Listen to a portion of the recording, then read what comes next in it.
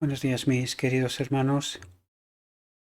Le ruego a nuestro Dios que nos envíe su Espíritu, que nos capacite, que nos ayude a poder entender su perspectiva, su realidad. Em, Hoy vamos a tratar de entender la tercera parte de las bodas del Cordero. En esta ocasión vamos a hablar del el fin del tiempo de prueba y necesitamos entender aquellos momentos, mis queridos hermanos. Hay textos, hemos tratado a lo largo del tiempo con detalles sobre todo lo que rodea aquel momento, ¿verdad?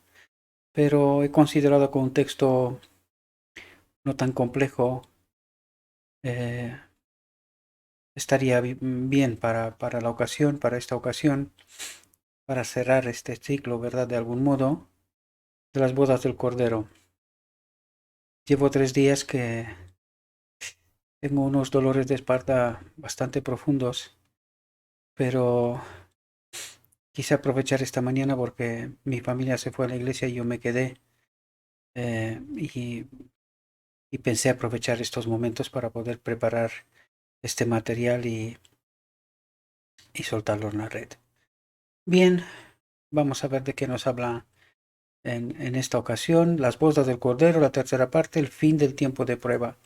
Vamos a ver de qué nos habla nuestro Dios. Dice, se me señaló el momento cuando terminaría el mensaje del tercer ángel.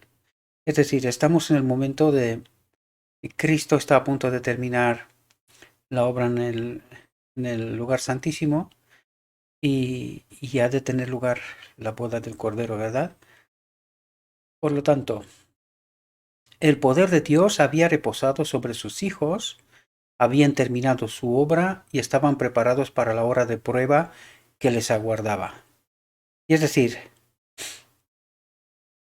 aquí estamos al principio del tiempo de angustia en realidad, ¿verdad? Porque dice, el poder de Dios había reposado sobre sus hijos, habían terminado su obra y estaban preparados para la hora de prueba que les aguardaba. El tiempo de angustia, ¿verdad?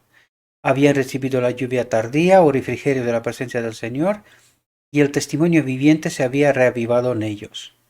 Por todas partes había resonado la postrera gran amonestación, agitando y enfureciendo a los moradores de la tierra que no habían querido recibir el mensaje. Vi ángeles que iban presurosos de un lado al otro en el cielo. Una, un ángel con tintero de escribano en la cintura regresó de la tierra y comunicó a Jesús que había cumplido su encargo. Y vamos a ver que aquí dice, y que los santos estaban sellados y numerados. En realidad en este momento es cuando se termina todo, ¿verdad? La obra de expiación que tiene lugar en el lugar santísimo. Entonces vi a Jesús que había estado oficiando ante el arca que contiene los 10 mandamientos cuando volcó el incensario. Es decir, se acabó. Y dice, levantó entonces las manos y en alta voz exclamó, consumado es. Y toda la hueste angélica depuso sus coronas cuando Jesús formuló esta solemne declaración. El que es injusto sea injusto todavía, y el que es inmundo sea inmundo todavía, y el que es justo practique la justicia todavía, y el que es santo santifíquese todavía. Aquí os he traído de nuevo el texto que nos ayuda a entender qué significa el matrimonio, ¿verdad? Y aquí nos dice, la parábola del vestido de bodas abre ante nosotros una lección de suma importancia. Por lo tanto, en este momento entendemos que nosotros tenemos el vestido de bodas. El número de los 144.000 está sellados y numerados, es lo que dijo antes. Por lo tanto, el vestido de bodas, recordad, representa el carácter de los santos, ¿verdad? Que se ha obrado en ellos hasta en este momento. Por lo tanto, dice, por el matrimonio se representa la unión de la humanidad con la divinidad. Y es justo lo que va a hacer Cristo en este mismo instante, ¿verdad?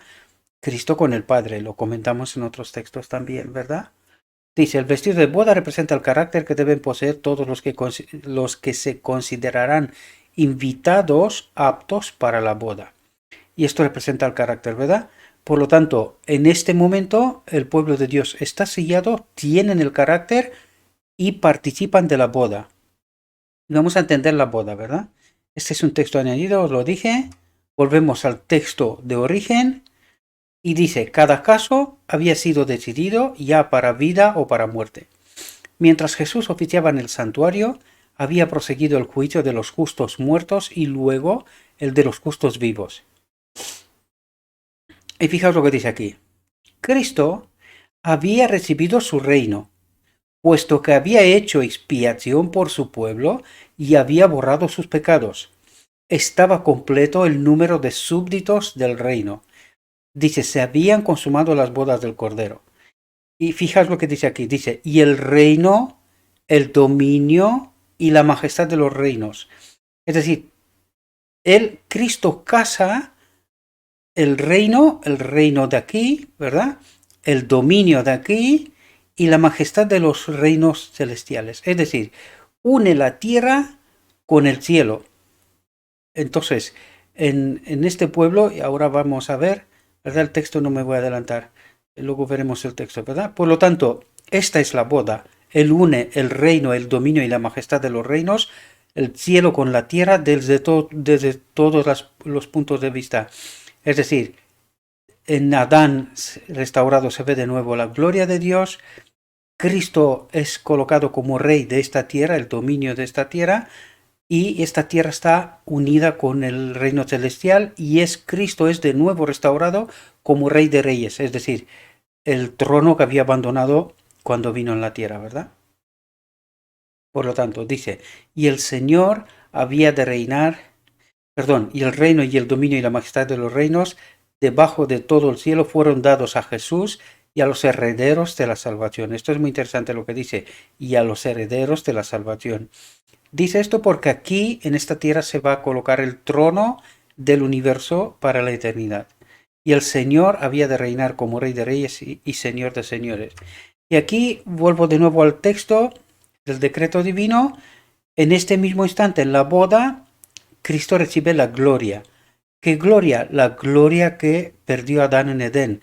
Él como representante de la humanidad recibe la gloria y todos sus hijos, ¿verdad? Todos los redimidos, los que son salvos, ¿verdad? Y aquí nos dice una vez más, vemos el decreto, entonces oímos la voz de Dios que sacudió los cielos y la tierra y dio a los 144,000 el día y la hora de la venida de Jesús. Entonces los santos fueron libres de pecado, ¿verdad? Unidos y llenos de la gloria de Dios. Es decir, en este momento Adán restaurado recibe de nuevo la gloria perdida en Edén, ¿verdad? Porque él había convertido su cautiverio. Es decir, Cristo nos ha salvado, nos ha redimido, ¿verdad? En este momento. No sigo con el texto porque ya lo habíamos leído tantas veces, ¿no? Y ahora vamos a ir con el texto en origen. Y fijaos lo que nos dice. Cuando Jesús salió del lugar santísimo, oí el tintineo de las campanillas de su túnica, y al salir, una nube tenebrosa envolvió a los habitantes de la tierra. Ya no había mediador entre el hombre culpable y un Dios ofendido. Mientras Jesús se interpuso entre Dios y el pecador, la gente tenía un freno. Pero cuando dejó de interponerse entre el hombre y el Padre, el freno desapareció y Satanás ejerció un dominio completo sobre los que finalmente quedaron impenitentes. Por lo tanto, la obra final, ¿a quién le pertenece, queridos hermanos? Fijaos, dice Satanás, tiene un dominio completo sobre quién. Sobre todos aquellos que no han sido salvos, no están entre los sellados, ¿verdad? Entre el pueblo de Dios. Por lo tanto, la obra final es la obra del enemigo de Dios. Dice, era imposible que las plagas fueran derramadas mientras Jesús oficiaba en el santuario. Pero cuando terminó su obra allí y cesó su intercesión, nada detuvo ya la ira de Dios que descendió furiosamente sobre las desamparadas cabezas de los culpables pecadores que descuidaron la salvación y aborrecieron las reprensiones. Es muy interesante cómo formula el texto. Mientras estaba preparando, estaba pensando, ¿no? ¿Verdad? Cómo a Dios en realidad no le importa, ¿verdad? Que la gente crea que es Él el que hace daño. Porque dice aquí, nada detuvo ya la ira de Dios. Pero ¿qué es la ira de Dios? Es la no presencia de Él en sus templos, en todos aquellos que no han sido redimidos, ¿verdad? Esta es la ira de Dios, separación de Dios en realidad, ¿no? Y Aquí es muy fácil interpretar de una manera totalmente errada, ¿verdad? Porque ya vimos que esta obra no es de Dios. Al final del tiempo es el enemigo de Dios el que hará todos los desastres aquí en esta tierra, ¿verdad?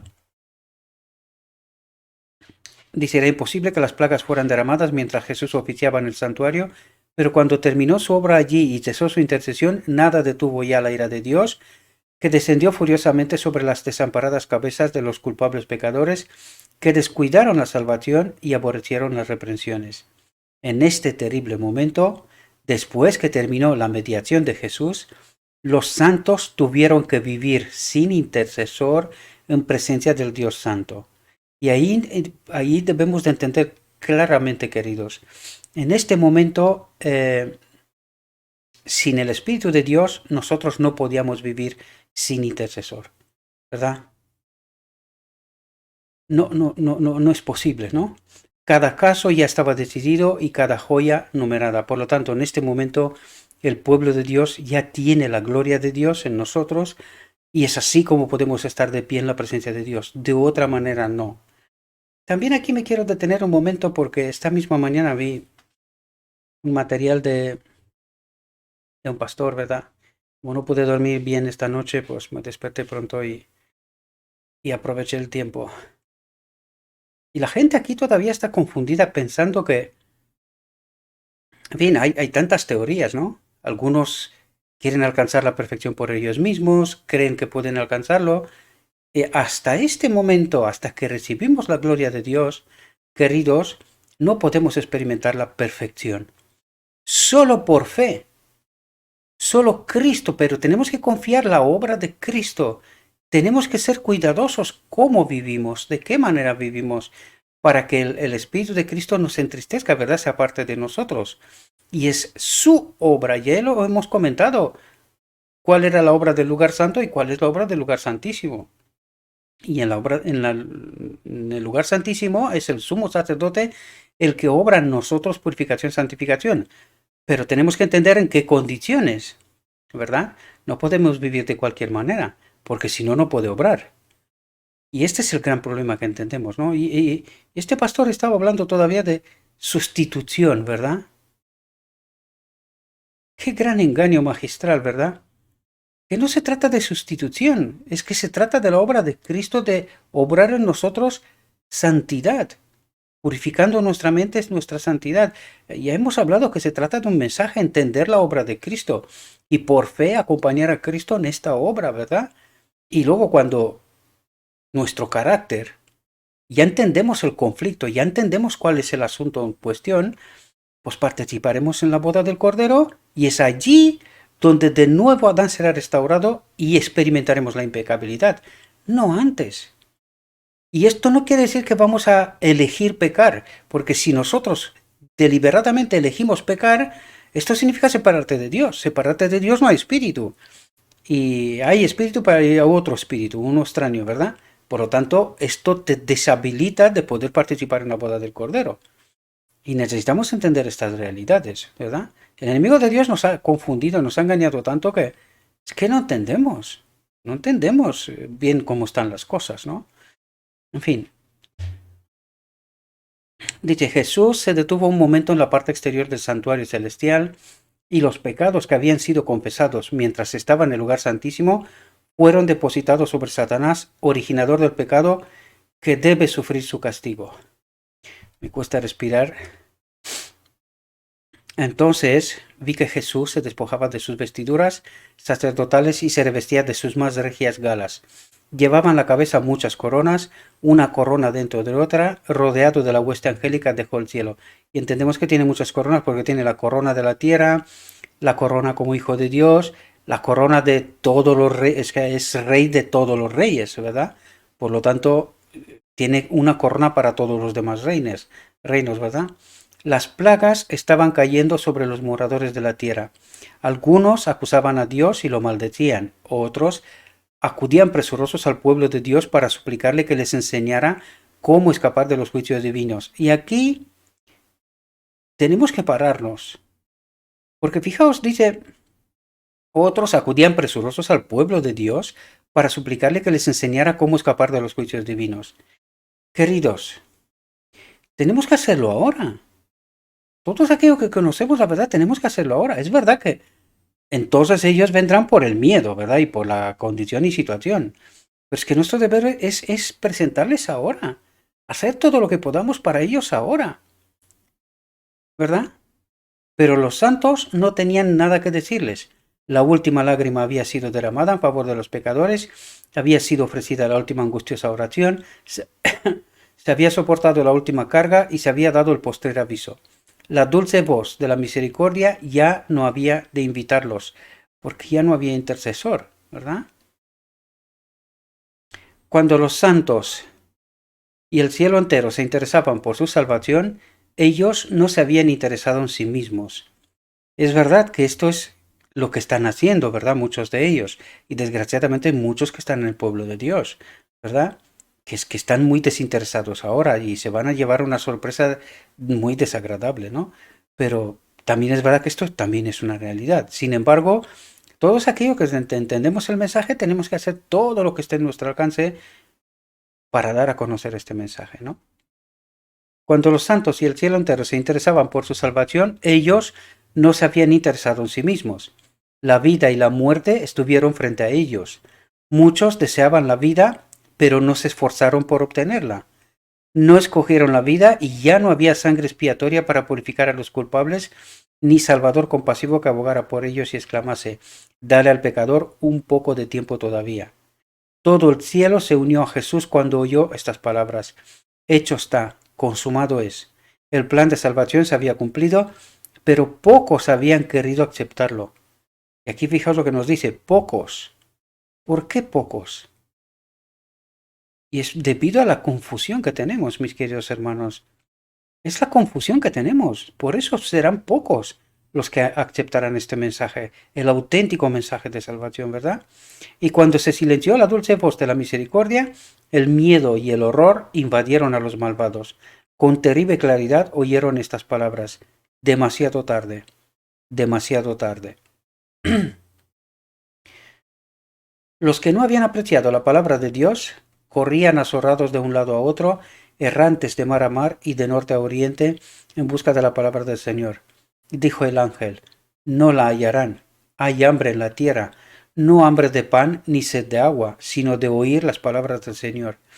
¿Qué no darían por una palabra de aprobación de parte de Dios? Pero no, han de seguir hambrientos y sedientos. Día tras día descuidaron la salvación, estimando más las riquezas, los placeres, la tierra, que los tesoros y alicientes del cielo. Y desgraciadamente, esta es la realidad. Mucha gente dedica el tiempo a placeres, riquezas, en fin, a acumular, a quedarse en esta tierra y en realidad que se van a quedar aquí, ¿no? Desgraciadamente. Rechazaron a Jesús y menospreciaron a sus santos. Los inmundos seguirán siendo inmundos para siempre. Muchos de los impíos se enfurecieron en gran manera al sufrir los efectos de las plagas. Ofrecían el espectáculo de una terrible agonía, los padres recriminaban amargamente a sus hijos y los hijos a sus padres, los hermanos a sus hermanas y las hermanas a sus hermanos. Por todas partes se oían estos lamentos y clamores. Tú me impediste recibir la verdad que me hubiera salvado de este terrible momento. Y os dais cuenta porque nadie debería de decidir por alguien, ¿verdad? Y en este caso utiliza padres y hermanos, en fin, el entorno de la familia, y les impidieron, ¿verdad?, alcanzar el Evangelio y se perderán, desgraciadamente. Fijaos lo que dice aquí. La gente se volvía contra sus ministros con acerbo odio y los reconvenía diciendo, no nos advirtieron, nos dijeron que el mundo entero se iba a convertir y clamaron paz, paz, para disipar nuestros temores. Ese es el gran problema que tenemos, mis queridos hermanos, porque confiamos demasiado en los ministros y entonces se volverán contra ellos, pero demasiado tarde, ¿no? Demasiado tarde. ¿Por qué poner tu eternidad, tu vida en las manos de un hombre o de los hombres, sean quien sea? ¿Por qué no entender el Evangelio ahora? ¿Por qué no tratar de tomar nuestras propias decisiones? Ser libres de verdad en Cristo, ¿no? Dice, no nos hablaron de esta hora y de los que nos amonestaban dijeron que eran fanáticos y malvados que querían nuestra ruina. Es así, desgraciadamente, como se entiende este mensaje, ¿verdad? ¿Y por qué lo dirá Dios? Para tratar de despertarnos ahora mientras hay tiempo, ¿verdad? Pero vi que los ministros no se librarían de la ira de Dios. Sus sufrimientos serán 10 veces mayores que los de sus feligreses. Pero o sea, ¿qué importa, no? ¿Y a qué importa? Si estás perdido, en realidad, la reflexión terminaba con aquel texto. Y he añadido este texto porque me pareció precioso y creo que es lo que en realidad deberíamos de tomar en cuenta todos aquellos que entendemos el Evangelio, entendemos el mensaje y que tenemos que tomar una decisión para con el mundo, ¿verdad? Sobre nosotros ha brillado gran luz respecto de los últimos días de la historia de esta tierra. La visión de las almas que perecen en pecado debería despertarnos para dar la luz de la verdad presente a quienes ahora están en tinieblas.